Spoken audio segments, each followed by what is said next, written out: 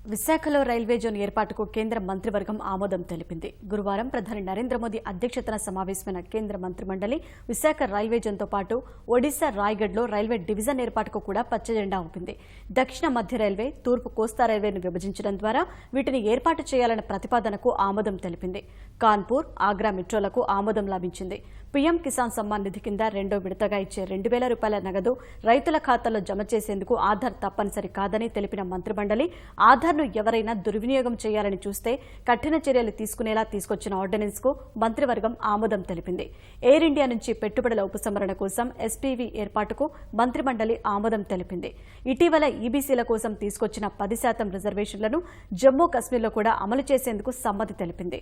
చెరకు రైతులకున్న బాకీలు తీర్చేందుకు చక్కెర కర్మాగారాలకు 10,540 కోట్లు ఇచ్చేందుకు మంత్రిమండలి ఆమోదముద్ర వేసింది.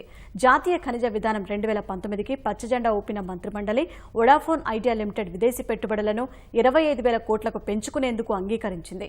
వీటితో పాటు మరికొన్ని నిర్ణయాలకు కేంద్ర మంత్రిమండలి ఆమోదం తెలిపింది. ₹10,000 కోట్ల విలువైన ఫేమ్ 2 పథకానికి కూడా మంత్రిమండలి పచ్చజెండా ఊపింది.